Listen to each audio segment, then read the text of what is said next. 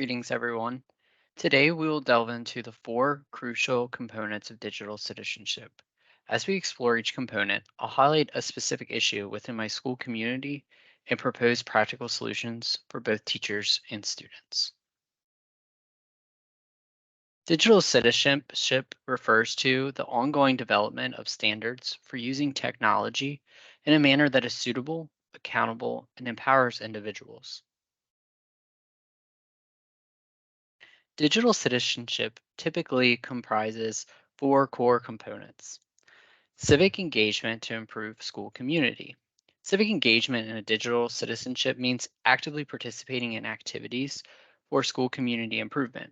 This includes joining student councils, community service projects, and advocating for positive changes within the school. Also, using digital tools for collaboration. Another component is respectful online behavior and a healthy technology balance. Promoting respectful online behavior and maintaining a healthy technology balance is crucial. It focuses on kindness and empathy online, avoiding cyberbullying and balancing screen time with real life interactions. Another component is examining online media sources. Examining online media sources emphasizes the need to critically assess online information, to distinguish reliable sources, and develop media literacy skills to combat misinformation. And finally, protecting personal data in your digital profile. Protecting personal data and managing one's digital profile involves safeguarding privacy, understanding social media privacy settings, and regularly reviewing online presence to reduce risks like identity theft, online harassment. These components collectively foster responsible and informed digital citizenship.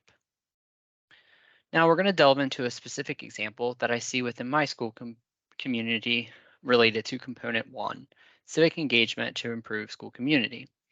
A problem seen within my school community is school families may not be aware or engaged in their students' learning. Possible resolution to this problem is to accommodate families' busy schedules by providing information on opportunities to participate in the school community via a single online platform. The platform we're currently using is Schoology. Now, let's dive a little deeper into a very specific example that occurs within my own classroom. Students are currently expected to plan and conduct an investigation to provide evidence of the effects of balanced and unbalanced forces on the motion of an object. Parents are often not aware that students are learning about this topic during our current science unit.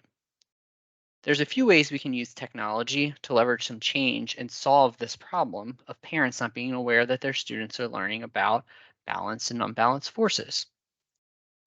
During this investigation, students are tasked with constructing a sled using a provided list of materials and documenting their building process.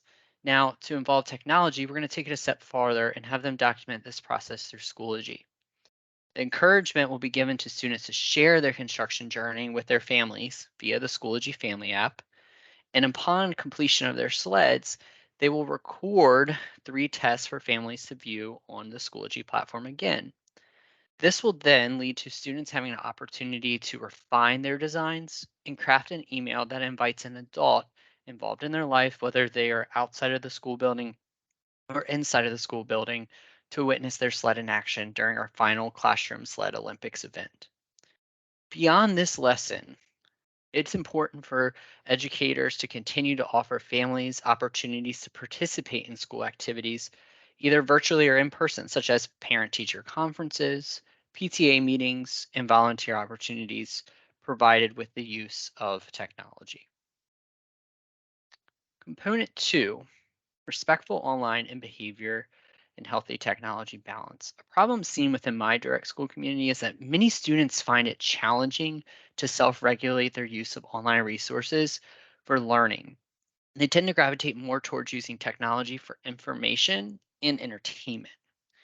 Possible resolution to this issue is teachers and parents could collaborate with one another to set clear expectations and boundaries for technology use, encouraging a balanced approach that prioritizes educational content while also still allowing some limited entertainment and information consumption for our students. Specific example within my own classroom is that when using the classroom technology, I often observe that these students find it challenging to maintain concentration on their academic responsibilities and are frequently diverted to entertainment and non educational online content, specifically YouTube. As a result, their academic performance is being negatively impacted.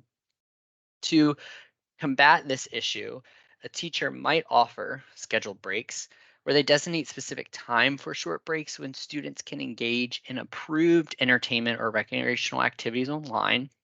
Or teachers may offer regular check ins with families and to assess how well students are adhering to the established boundaries. This will also help support families at home with setting those established boundaries and making sure that they're making adjustments as needed, both in the classroom and at home. Component three involves examining online media sources. Now, there's a vast amount of information available online for students and educators in today's world. And sometimes that leads to students and educators alike struggling to navigate and assess the credibility of the sources that they're viewing effectively. Possible resolution to this problem involves creating a list of reliable online sources from various subjects and topics that are used within the classroom. These lists can serve as starting points for research, helping students and educators avoid unreliable sources, and even the list can be shared with families to continue safe technology use at home.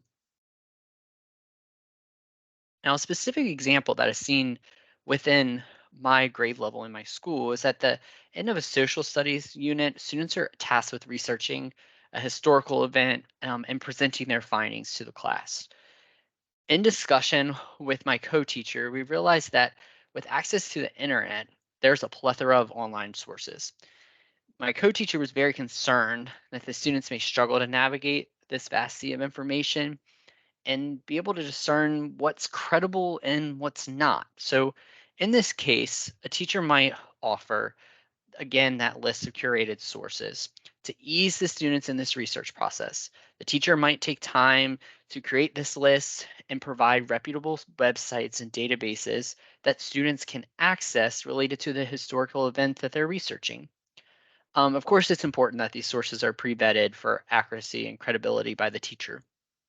Um, and to take it even further, a teacher could also provide opportunities for source evaluation workshop. Now, this one really relates to specifically our educators, our fellow educators in the building. They might begin by conducting a workshop or a professional development on source evaluation. How do we determine if a source is credible?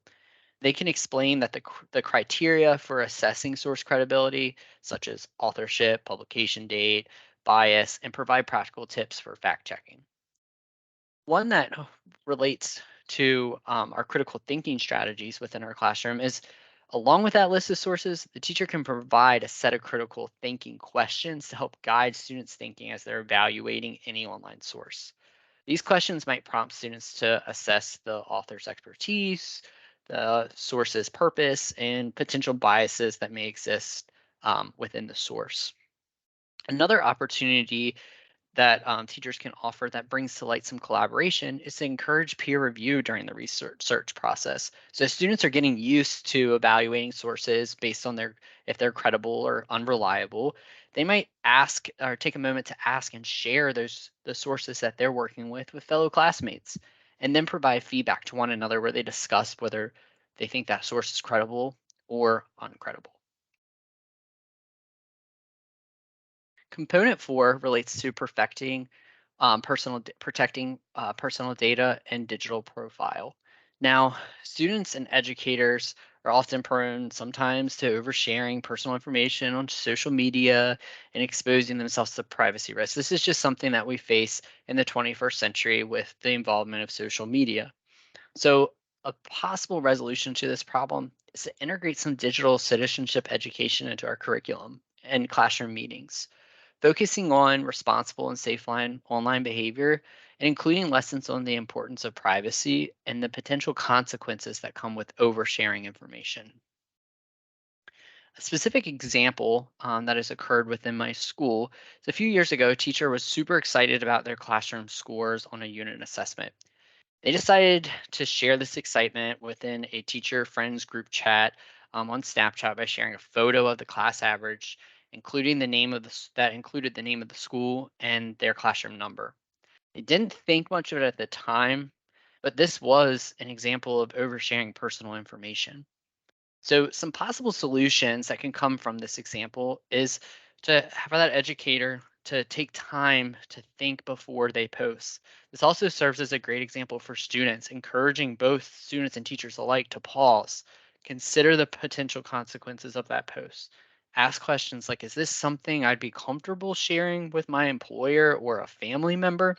A lot of times this will resonate with students and teachers alike and help them make that decision of whether this is something that deserves posting or should be safeguarded with myself.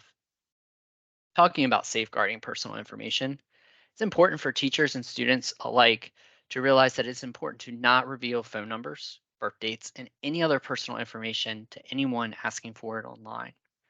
And with responsible online use supervision, always remind, especially our younger students, to let an adult know when they're online if they have not been given previous permission to do so. This allows for supervision to occur to make sure that our students are making wise choices when in the digital world. Now, there was a lot of information shared with you today. If you're wondering where should I get started, there's a video here that I'm going to share with you in a moment that can open a discussion with your classroom. Ask your students to share what it means to be a digital citizen to them after viewing this video.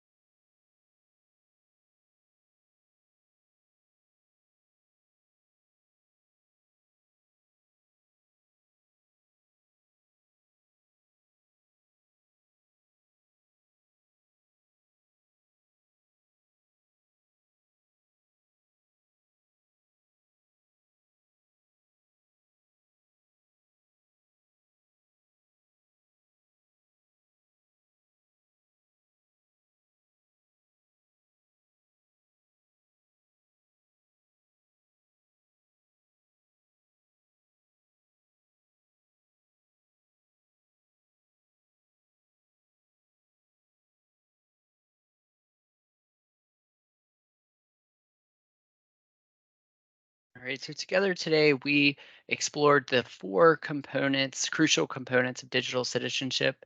And as we leave today, I encourage you to explore each component a bit further and think about how they apply to your direct school community and how you can provide some practical solutions for both the teachers and students within your community. And here are resources that were referenced during today's presentation. Thanks for viewing and happy digital promoting healthy digital citizenship.